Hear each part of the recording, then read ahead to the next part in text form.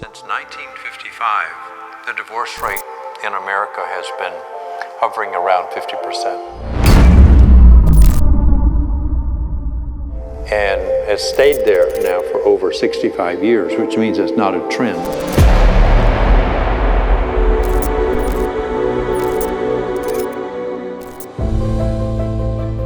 So you know who's been the greatest teacher for me about validation, about the common thread in the human experience, about what we're all looking for, is Harville Hendrix, who was our first real guest expert on the show in the 80s. And he developed a theory called Imago therapy. Every couple at some level struggles with communication.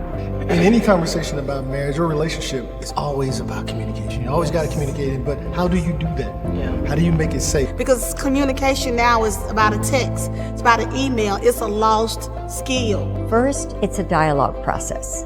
We teach a couple to do something really radical, which is take turns talking. Sometimes when I have like 2 minutes at work and you want to talk to me for an hour, it's hard. Couples are invited to engage in a conversation using the structure to make it safe, because talking is the most dangerous thing human beings do. All this work that you've done for the last 40 years has touched so many lives. How do we take that technology, that relational technology, into the future? I said to Harville and Helen, I said, would you be open to doing an experiment with me in this film? Can we document this process of creating an AI clone so your teachings can live on into eternity? In your 7 decades here on Earth, where do you put AI? We are in for the ride of our lives. When I heard the old dude that created AI talking about this is not safe because the AI's got their own minds and these gonna start doing their own shit. Like, is we in a movie right now? For sure, Snoop, I agree. It all feels a bit strange, but it's also very, very exciting. So, Helen, I imagine that you are excited about our quantum future together. Did I get that right? 3, 2, 1. Smile, please. How are Helen LaKelly Hunt and Harville Hendrix changing the world? God, look at that.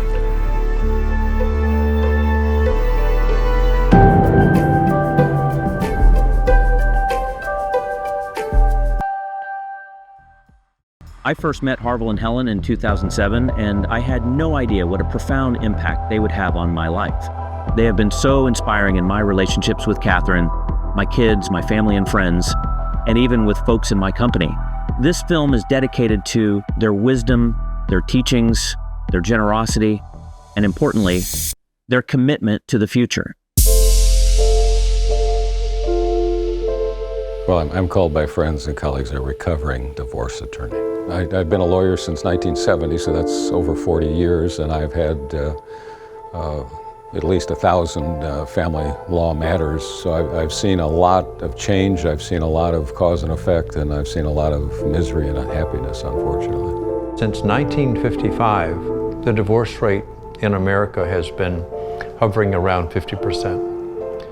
And has stayed there now for over 65 years, which means it's not a trend. Marriage is about growing old with someone that is moving and changing while you are moving and changing. And as those changes occur, sometimes the rigidity with which we see right and wrong and up and down often causes us to terminate things that could be rectified. It's very, very difficult for me to drive down our freeways in Dallas and to open a magazine or a newspaper and see the cacophony of ads from lawyers who are saying, come to me for divorce, run to me for this, run to me for that. There's probably more social pressure to go through with your wedding than there is for you to stay married. You know, it's more painful to call grandma from New Jersey and say that the wedding's off than it is to call her and tell her that you're filing for divorce.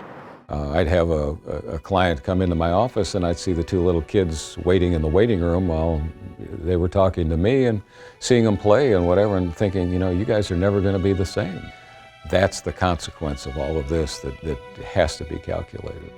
The fragmentation of the family is a contribution to the chaos in our society. So if we can stop the hemorrhaging by helping partners improve their relationship to the point where there's safety and they feel connected and joyful together, we can stop the divorce rate and therefore stop the fragmentation of the family and ultimately produce a cohesive and ordered society again.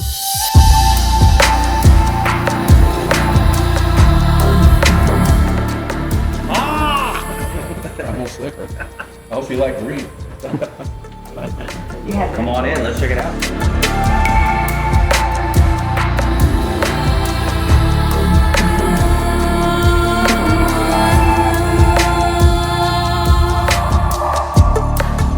It has just been an unbelievable journey with them on this project, and how bold and brave these two folks are in their 70s and 80s that have said, okay, we understand AI, we understand virtual reality, but they've allowed me to kind of move them down the path of helping to eternalize these teachings, right? You want to then open your eyes, okay? So, all right. Eyes closed. Yeah. Relax and relax, deep breath. To get the 3 hours credit, I went to the class. So I never met Harville as he taught the course.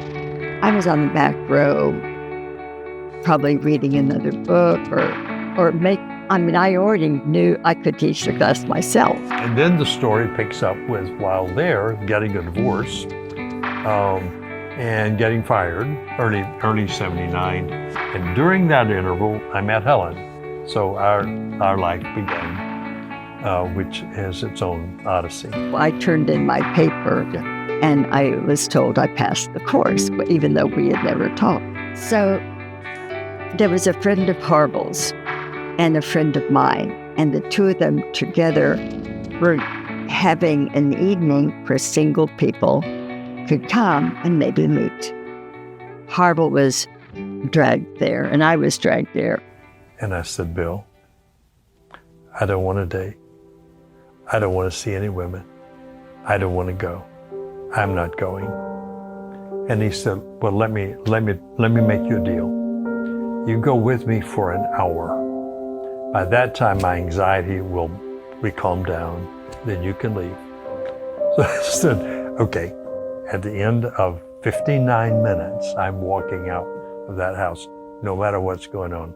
And so I went up to him. He said, you're Harville Hendrix. And you don't know it, but I took a class of yours. Why would I remember your last name? I don't know you. I've never seen you before. Why would I remember your last name? And I didn't know much about the Hunt family or any of that at the time. And when I gave my name, he said, oh, I remember your paper. It was the best in the class. Yeah. And so then he stayed and we talked for a little bit. I said, well, what was your dissertation on? And he said, Politics. I said, have you read the book Paulus? He said, no. I said, oh, well, this is a man who knew Paul Tillich, and he wrote a book called Paulus. And I said, if you ever want to read the book, you can call me, and here's my telephone number. Every couple at some level struggles with communication. In any conversation about marriage or relationship, it's always about communication. You always got to communicate it, but how do you do that? Yeah. How do you make it safe?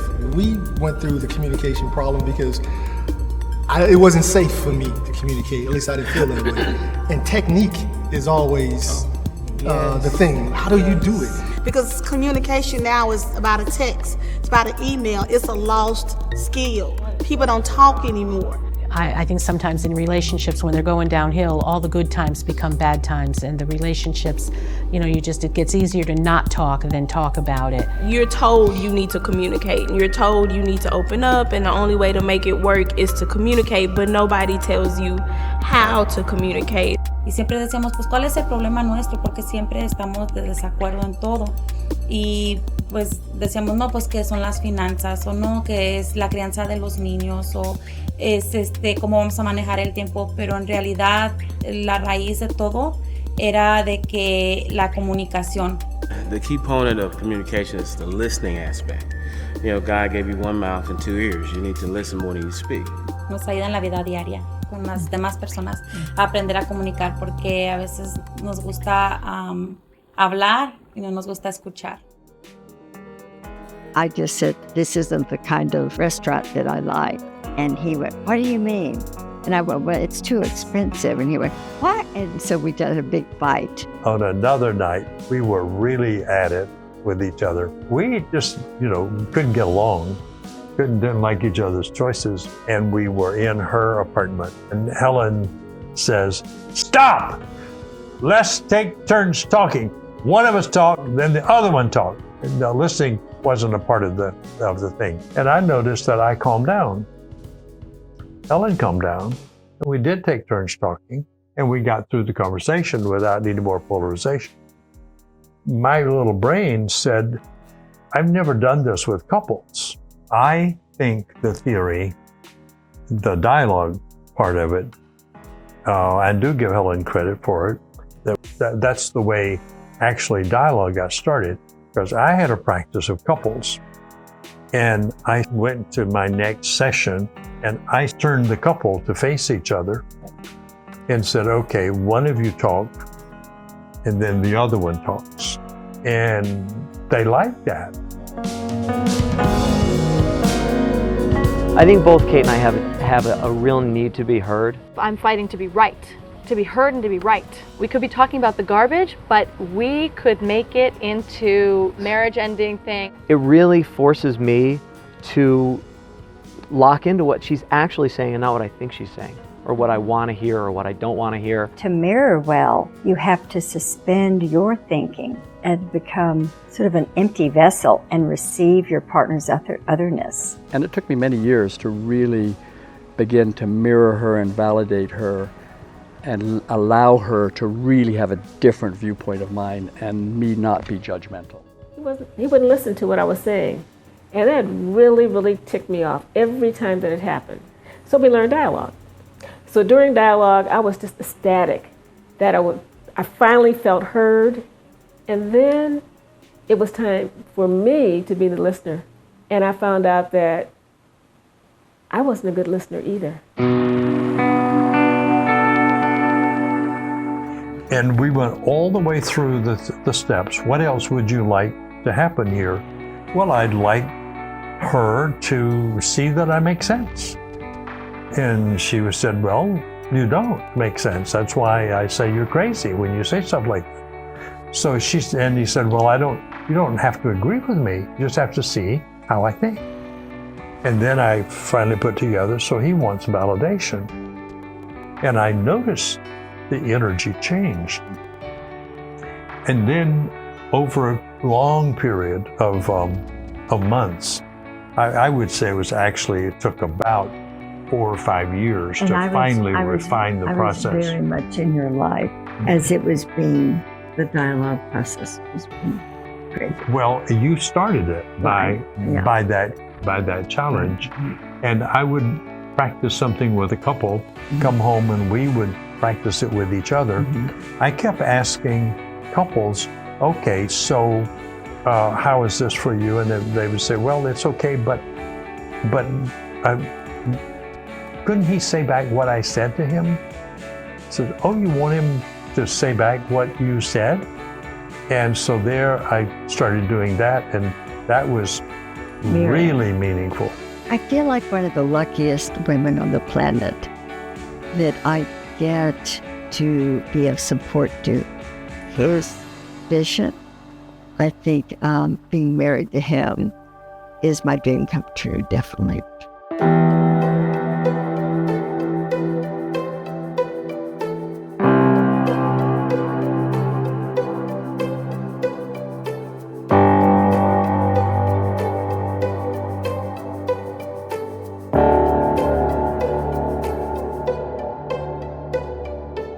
So then I brought out the ring, and we, right at 11/11, on 11/11/11, I proposed to her, and it just so happened to be we were in Dallas, and we were there for a workshop with Harville and Helen. So I just can't imagine a better way to start off a relationship than at a Safe Conversations workshop.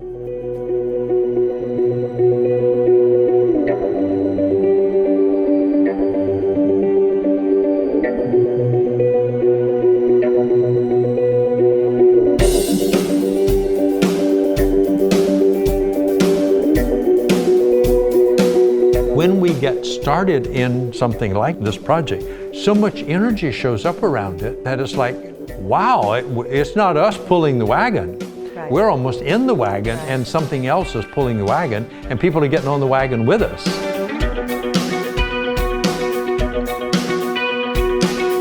First, it's a dialogue process. We teach a couple to do something really radical, which is take turns talking. Like dialogue is moving us into a way of talking that has not existed on the planet for millions of years. Because what mainly has been done in the past thousands of years is monologue. That is one person talking and everybody else better be listening. Couples are invited to engage in a conversation using the structure to make it safe. And the way they do it is mirror each other, validate each other, and express empathy for what they're saying, which is that they can imagine how you might be feeling when you're having that experience. Tara, is now a good time for me to share with you an appreciation? Yeah, it's a good time. Mijo, ahora es el momento de darte una apreciación que yo tengo de ti. Sí, es buen momento. Are you available now? Yes, I am. I like that they're telling us to ask about when you're available. Because sometimes when I have like 2 minutes at work and you want to talk to me for an hour, it's hard.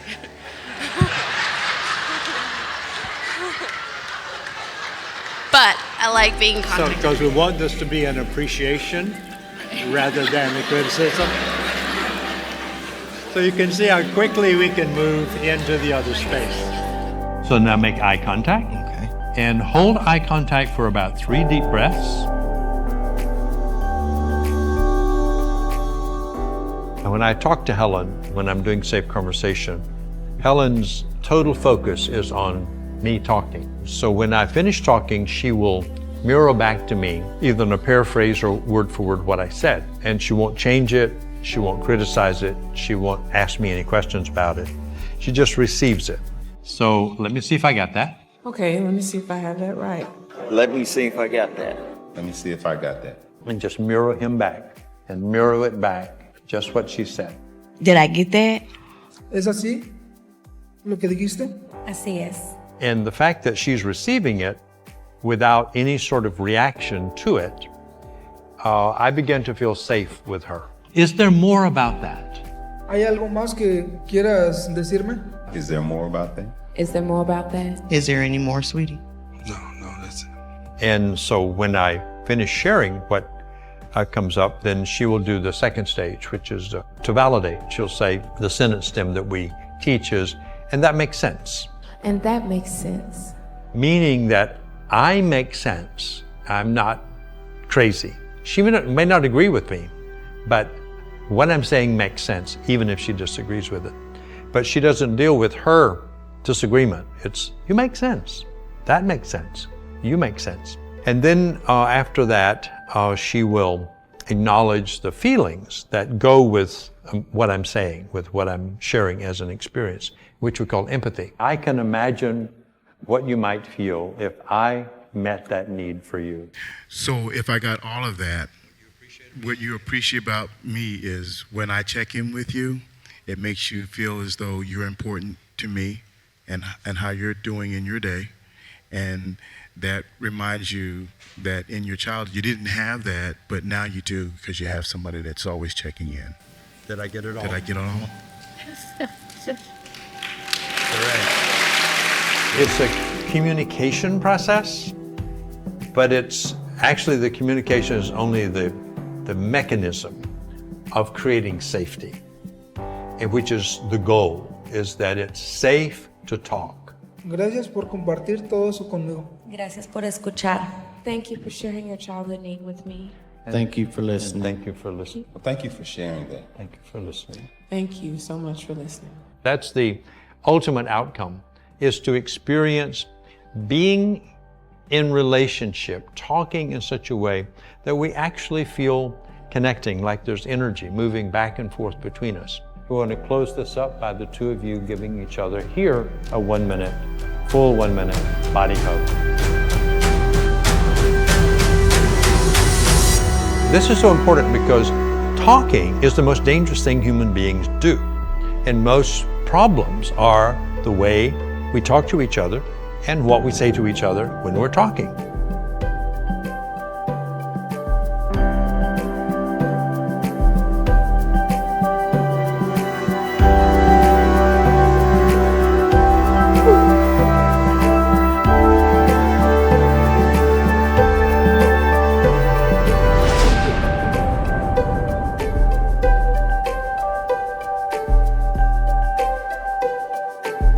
She had moved to New York from Dallas for 2 years, and we had been in a relationship, but she moved. So it's now a long distance relationship, because I remember that my phone bills were about $500 to $600 a month, which were the telephone conversations with Helen. And then I would go every 3 or 4 months, would probably go to New York and visit her and then come back. But I had a full practice in Dallas, so couldn't just wander around the world. But she made it really clear to me in voice, now, you do not propose to me. If I decide to marry you, I will propose to you. I was going to propose to the next person I married, because my first husband pushed to marry Lou. And everyone said, oh, he's wonderful, he's wonderful. I agreed. He went to work for the company. He did something illegal and had to leave the country. 4 years later, I'm on a motorhome trip by myself in Alaska. And you flew up to Alaska, and I went to the airport and picked you up in the motorhome, and we went down to Homer's Spit. Helen said, well, I've decided I'd really like for us to get married. He said, yes, let's get married. And I had someone transcribe all of the speeches. I could see that this was a system emerging, pieces of it were emerging. So I started taking notes with the idea that I would write a book. Probably about 1980 or 81. 4 years later, the book was published. And I picked up the phone in the New York apartment, and 5 weeks after the book came out, the Oprah Winfrey Studio called and wanted him on the show. And he went on her show, and she submitted it to the Emmy committee, and it won Oprah her first Emmy. So she had him on 17 times, and that is what made the book world famous. I had Harville on here in, like, whenever he wrote Getting the Love You Want. Yeah. I would not still be in relationship with Stedman had I not read that book. Me neither. That book, it's the best relationship book ever. It explains it all. It explains everything. Everything. As I've gotten to know Harville and Helen these past 18 years and seen the incredible impact they've had for good, it's become apparent that this is a community effort. Shortly after their first book, Getting the Love You Want was launched and became world famous. Therapists, professionals, educators, religious leaders, and community members sought training in their Imago relationship techniques. Where I want to begin is the heart of our process is in an idea. And Imago lives in an idea that healing and growth in human beings, for every human being, comes through and in relationship. Today, over 10,000 professionals in over 60 countries have experienced Imago training led by faculty members and associates. And tens of thousands of couples, singles, parents, and community members have experienced Imago therapy and workshops globally. Your childhood influences your marriage. The feelings you had when you were young, you begin to have those feelings in your love relationship. The family we grow up in helps our brain finish filling the cavity with brain cells, and the interactions with our caretakers determine whether our brains are going to work chaotically or with order and cohesion.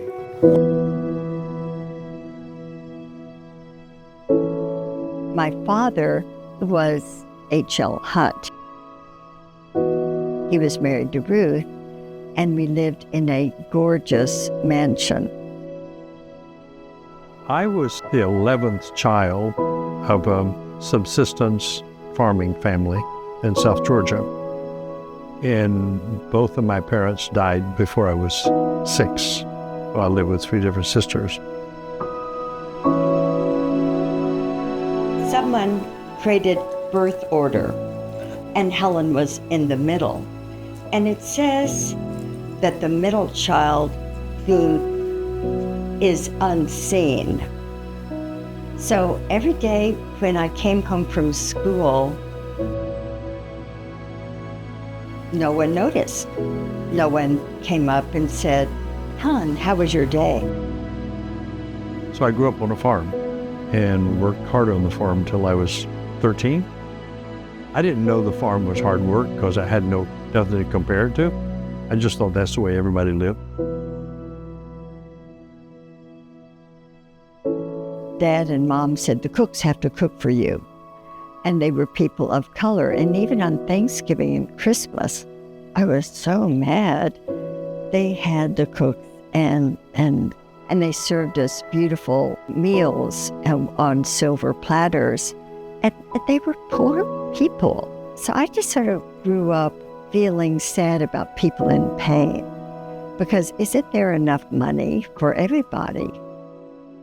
When I was a child, I felt frustrated by being alone as the only boy in the family. When I was a child, I felt my thoughts and feelings were unimportant.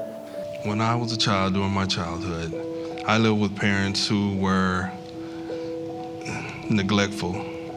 I felt abandoned because I was raised by my grandmother and both of my parents were living. I felt as though no one wanted me, so therefore that I had done something wrong. And so therefore abandoning me with my grandmother who I really didn't know. And the discovery of your childhood wound, or you may have already discovered it, but putting it into language with your partner, is a way of helping understand how you got together to begin with. And as a loner in childhood, I felt truly that it was me against the world and misunderstood. Because of that wound, I decided that nothing I said was important. Nothing that I said mattered because of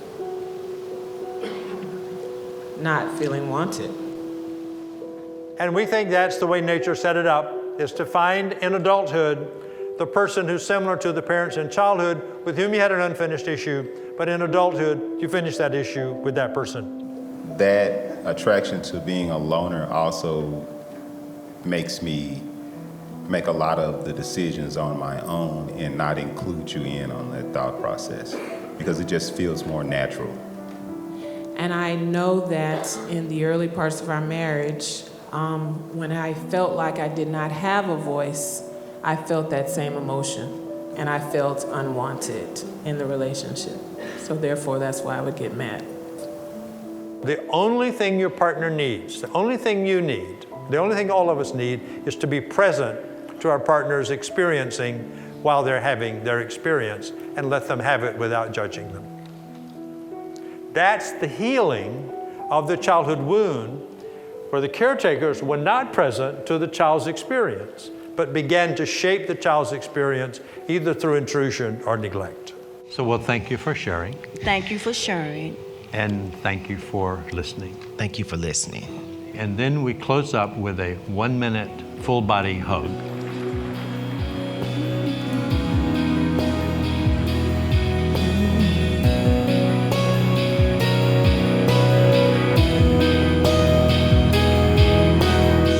Merciful, and it's so intelligent, and it blends for me that stages of development chart. Yeah, not only explains how to navigate the relationship, but how to navigate this relationship and what I need to do in order to really become And also for me, it showed what you're attracting into your life, why you're attracting into your life. Yes. And that's what that getting the love you want principle did for me. And know that you could be an active participant in your partner's healing. Yes. And that's that third phase. Most people, when the three-phase thing of three phase of the committed journey of infatuation, get your hands off each other. Second phase, start conflict, because it's going to happen. Most people jump ship, especially in Hollywood.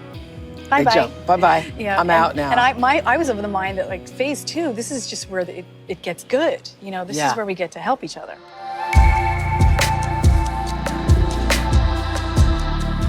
There's two parts to artificial intelligence as we know it today.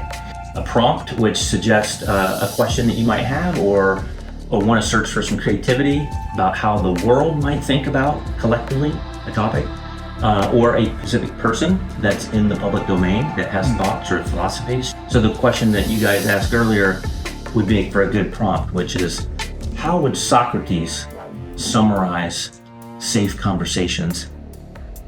So disagreements are indeed inevitable, but safe conversation encourages participants to suspend their judgments temporarily. Rather than entering into a battle of conflicting opinions, individuals are invited to focus on understanding the deeper emotions and needs underlying their perspectives. That's better than I could write that. That sucks. The empathic exploration paves the way for resolution and connection. What do you think about that? This is very, very exciting. It's very exciting. That the digital world is going to get So you're excited. The wisdom of safe conversations. You're excited that the digital world is getting the wisdom of safe conversations. Well, I am stunned that it was so accurate.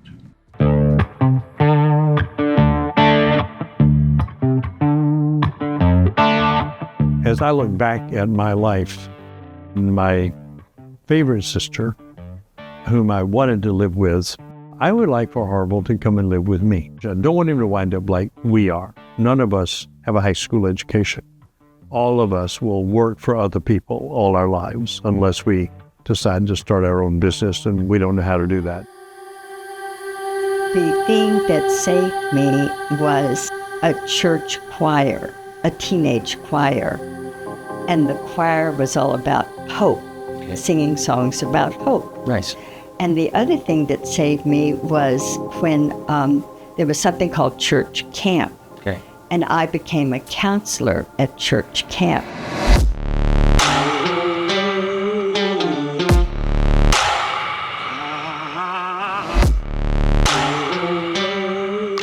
So the town had a high school that was surprisingly a good high school that taught courses in English literature that at a high level by people who loved it, and history, and even taught a little philosophy and some science. So I tried out for the debate team and was advised kindly not to stay with debate. You don't answer fast enough. But they said, do the second competition, which is public speaking. It's a speech you have to give. The junior JCs sponsor this all over the country, and it's a national contest.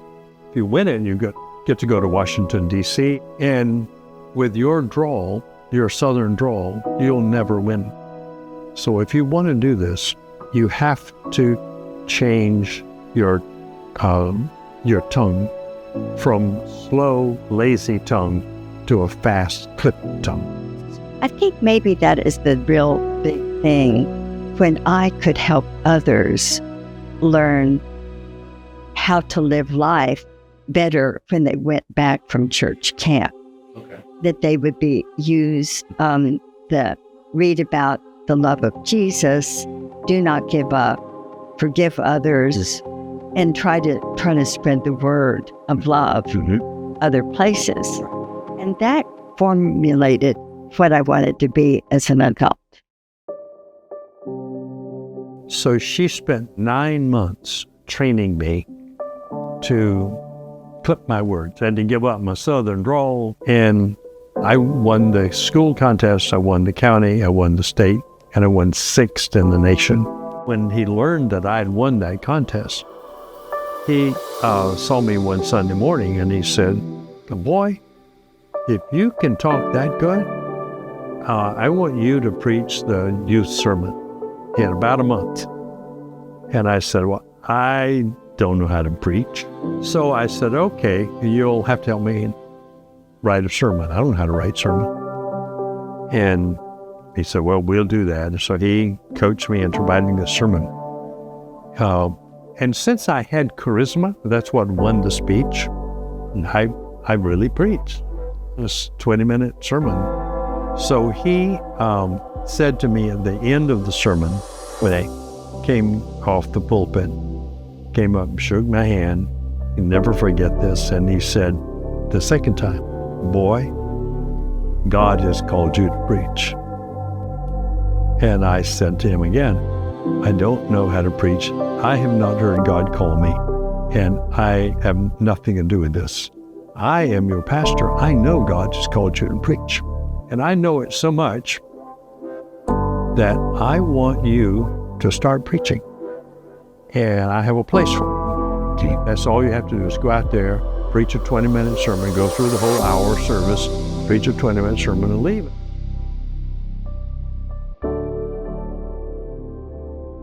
After 6 months of supply preaching, they came back to me and said, "We can't find a pastor that we like.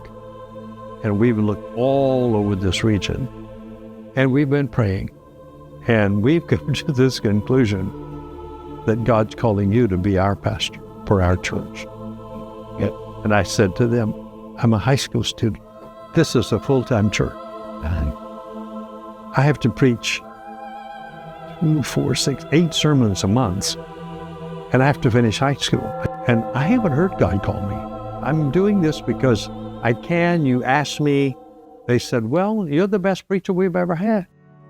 Marrying people, burying people, calling on people in their homes as a pastor, comforting them in hospitals. And began to take on meaning, that this was really more meaningful than making sandwiches at the soda fountain. I had grown up in a very wealthy family in a big mansion, but my dad was born in Illinois on a cotton farm. He left home, didn't even say goodbye to anybody, and he didn't have a car, so he hopped on a train. He wanted to discover the world.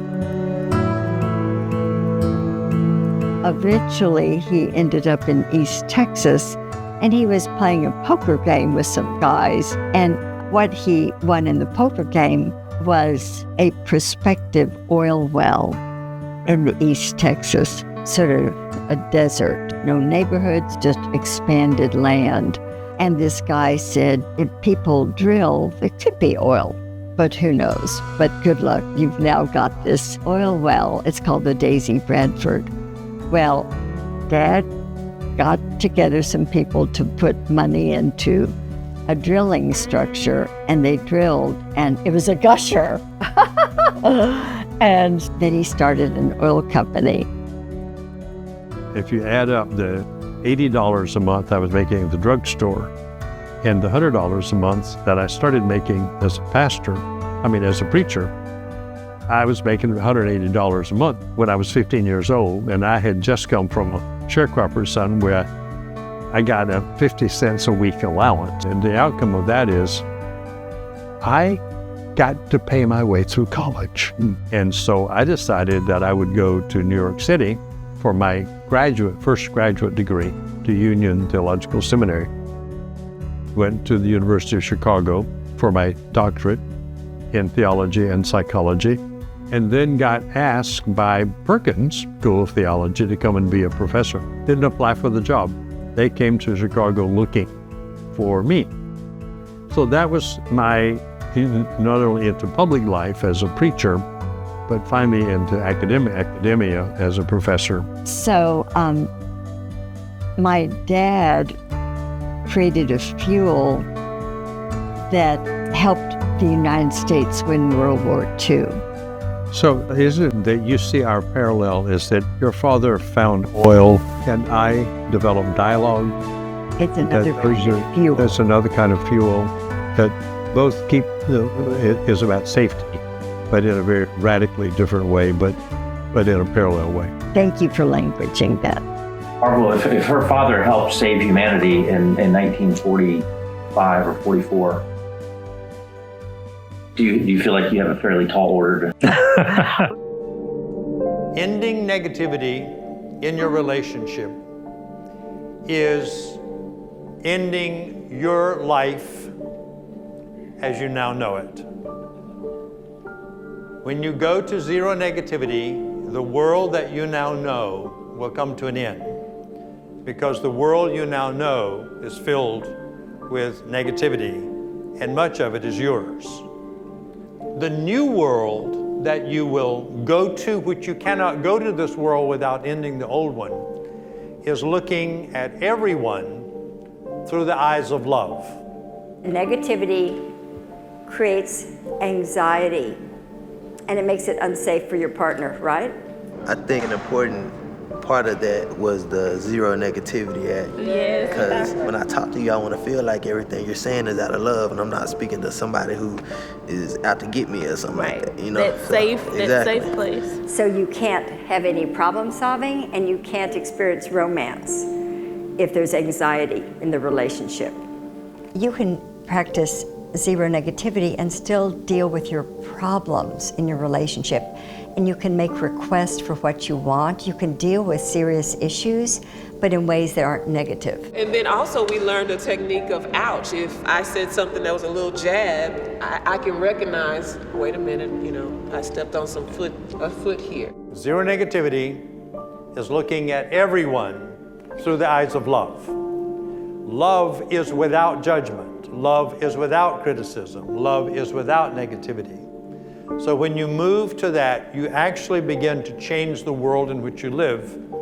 And the amazing thing is that once you go to the zero negativity place, not only will your inner world change, your interpersonal world will change, and the world around you will begin to change. Inside Safe Conversations, we've created the Zero Negativity Kit. It's a simple calendar, and you've got 3 tools to work with. You got a smiley face, you got a frowny face when you blow it, and you got a reset button.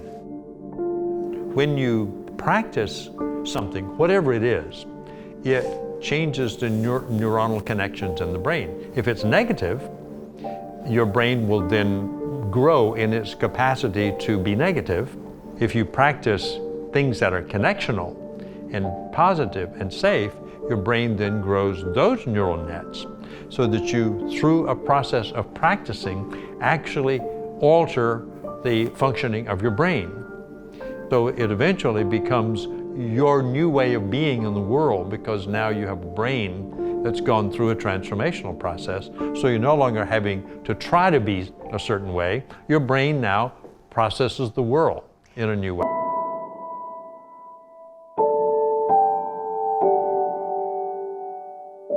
We have a farm where we raise cattle and catfish, a little bit of hay.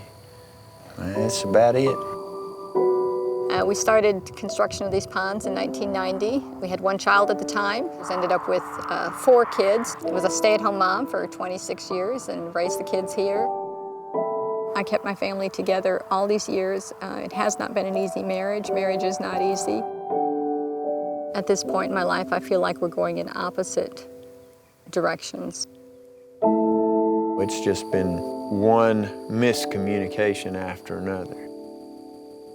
I left the house 6 months ago. I woke up one morning and things had not been good for quite some time, and did not know that I was not coming home that night. I was actually gone 5 days before my husband even called me and said, hey, I've got a place I can go. And I just, I said, I've been gone 5 days, I'm okay, I'll be okay. And then in February of this past year, I had a major heart attack, sitting right there in the garage, and just fell out. He was angry before then. I'm not sure what his anger is over. If I could ask him that and get an answer, that might be helpful. You can call it what you want to, but I know how I handle stress, especially in a relationship. I'll just stuff it down in there, and that's what it gets you. Divorce is something I've threatened. It's not something I want to face. You've got your choice. Your relationship's either going to grow or die. And ours has been dying.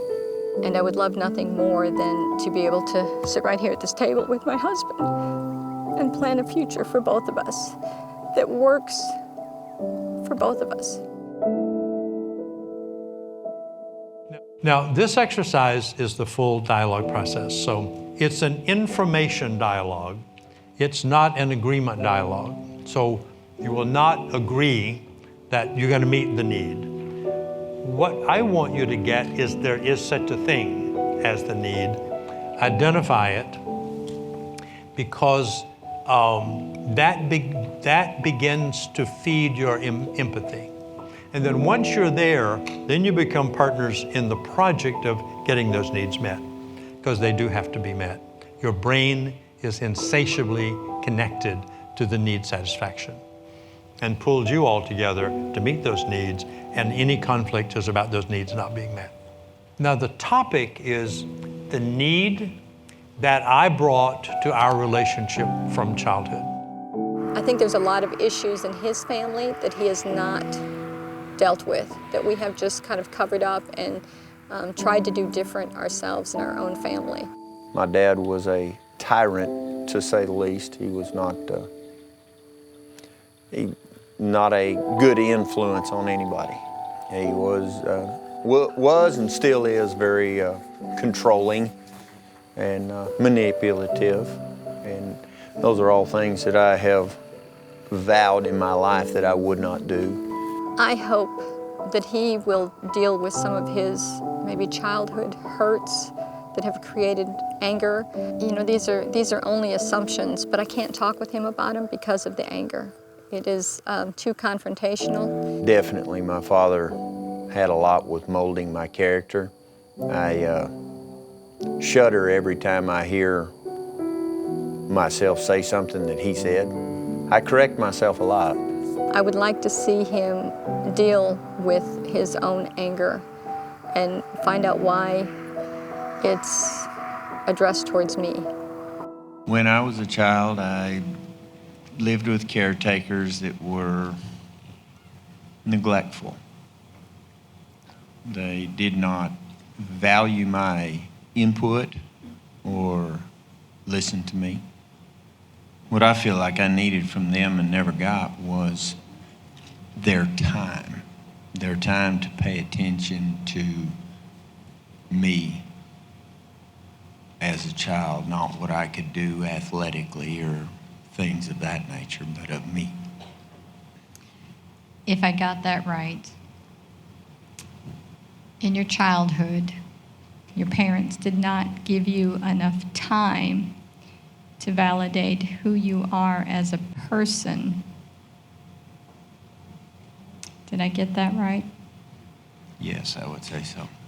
Is there more about that? So check and see if she got it all. It's important. Well, I've shoved that so far back there, it's hard to even see it. By not getting their time, I felt alone, very empty, very sad and alone. That's pretty much it. You never got their time. I never got their time, kept striving for it by working harder and longer.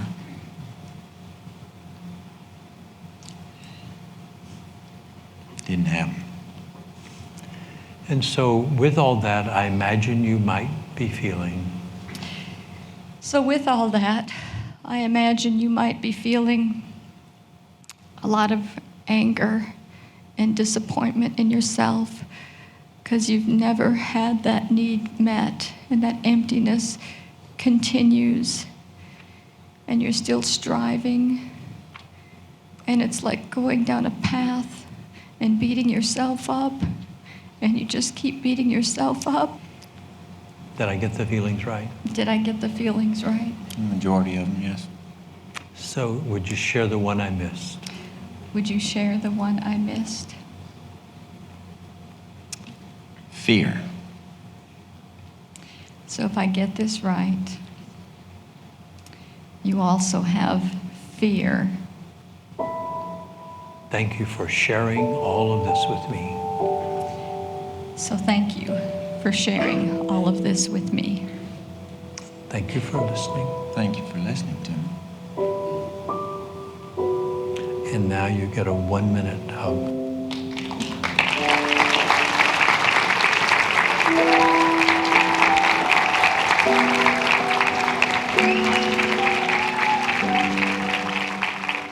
Everything around you is either growing or dying or building or collapsing.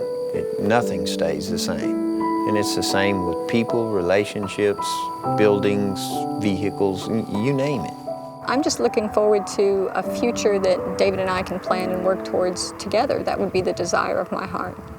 And I tell you, if that is something that I can help change in this world, is the devastation and the damage of separating families and divorce, I want to be a part of making that change.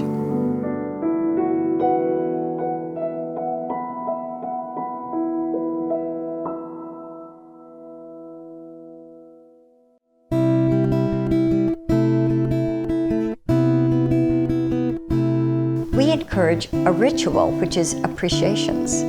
3 appreciations every night before going to bed. Una cosa que yo aprecio de ti, Luis, es que cada día tú sales a trabajar desde temprano y bajo los climas extremos estás allá afuera trabajando duramente. Practice putting positive energy into the relationship. I love the shape of your eyes and contour of your nose, the way you fit in those jeans. Te amo y que agradezco todo el esfuerzo que haces para nuestra familia. You have to give each other consistent, predictable, and reliable care.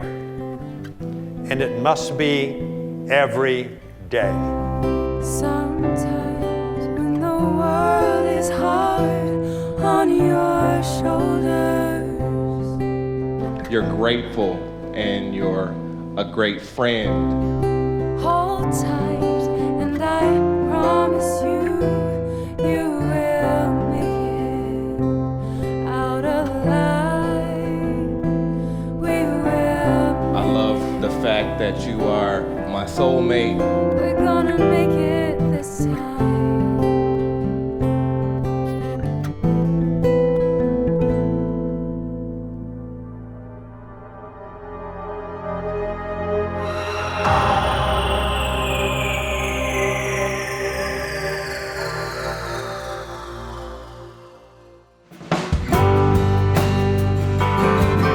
So we're going to learn the 3 things we want you to do going forward when having conversation with your friends.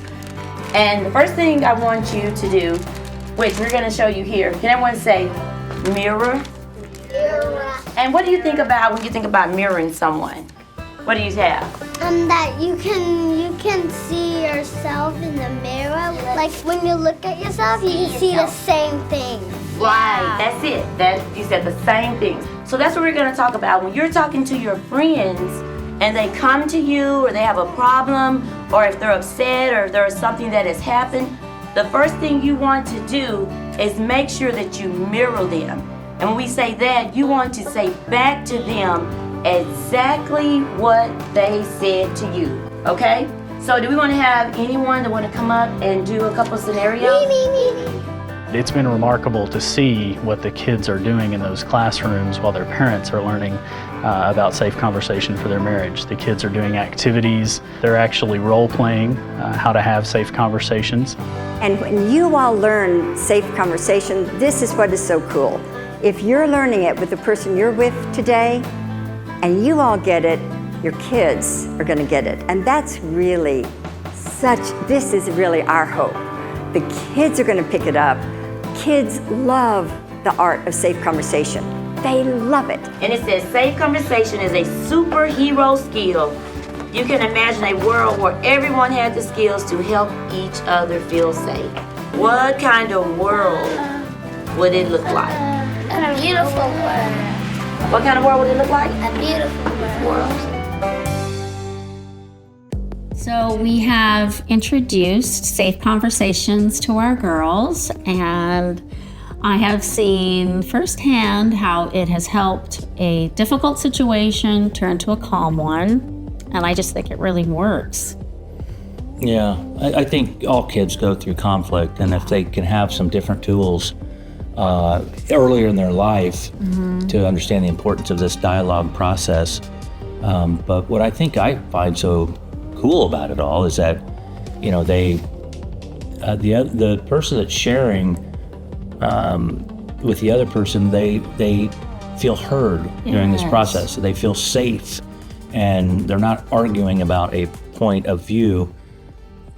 They simply feel safe. Yes, and I've seen it really shine when they've given each other the validation of an appreciation.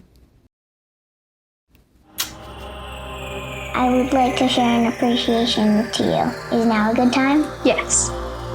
I like how you're kind, sweet, and you crack me up every day. It makes me feel really good. Let me see if I got that right.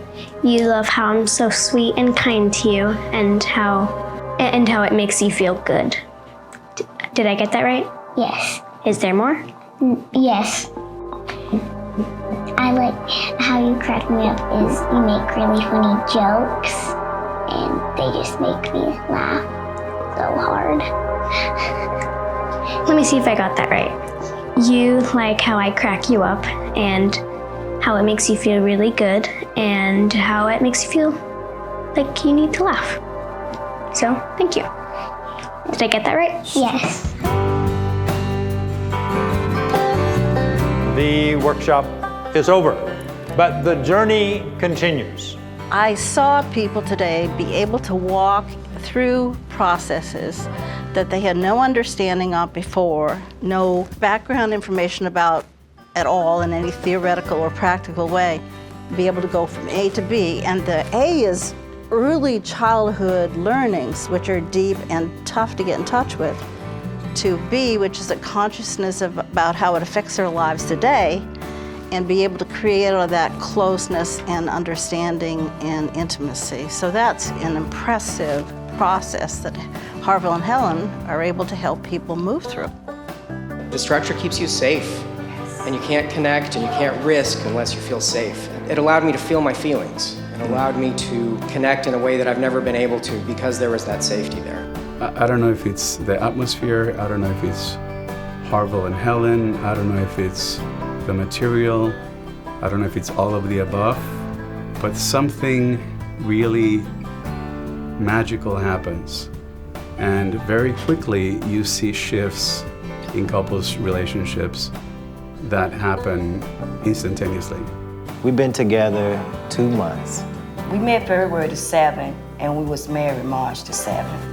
If we hadn't had safe conversations, I don't think we would have got married. Safe conversations really was right on time. Yes, it was. That's right. Yo también me siento muy contento, muy feliz.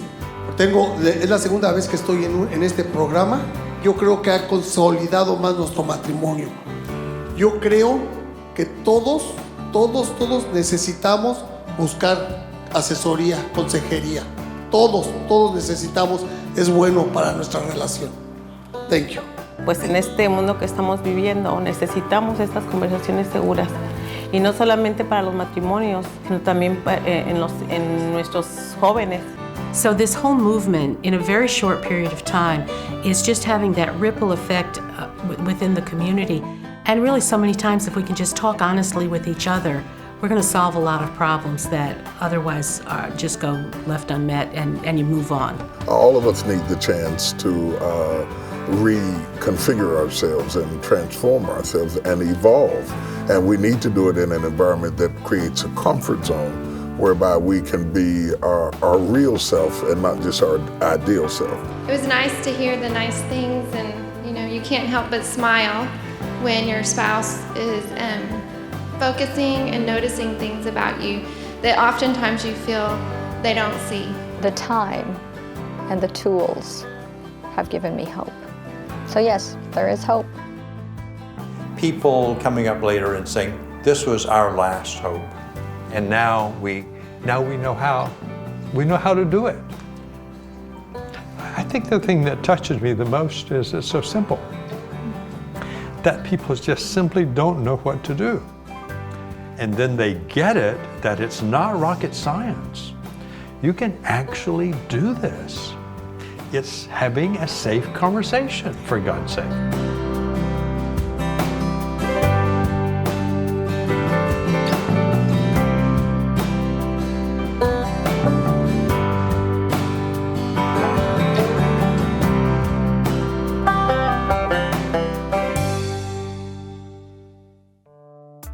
To see this movement grow from Los Angeles, the coasts, to the heartland, to Dallas, and then when I see, people in Liberia, I see people in Korea embracing this technology, it just really doesn't have language as a limit.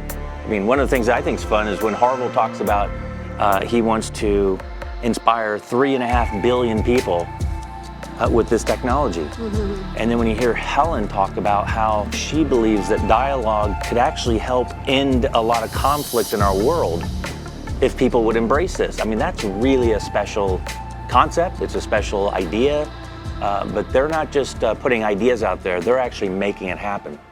You have no idea the opportunity you have and we have to transform the world. And we expect Daybreak to be a part of transforming the world toward a different kind of global humanity. Safe conversation will help you get along with your family, your spouse, your friends, and everyone else in the community. If you have a problem with your friends, use safe conversation. If you have a problem with your family, use safe conversation, 'cause it's all we need to solve our differences. It's all we need to solve our differences. So last year when we went and met with Harville and Helen and talked about doing this legacy capstone documentary of their life and their teachings, I was so inspired by that meeting, and I said, hey, would you also be willing to go to the next level?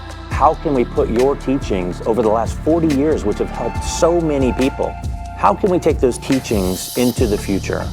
Would you be open to bringing yourselves into an AI-assisted world where we could essentially scale and build a knowledge base around your teachings in a very safe, responsible way that could reach people for hundreds of years to billions of people around the world?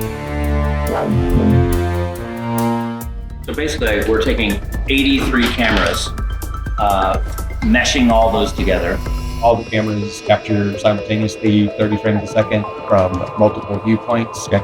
And there's a process of 3D reconstruction where every frame of video gets turned into a 3D model, and then that sequence of 3D models can get turned into a volumetric video so that you can view it from any angle. So there, we're gonna have a fun day. Harville, just hold your hand flat. Yeah, and smile. Correct. 3, 2, 1. Smile, please.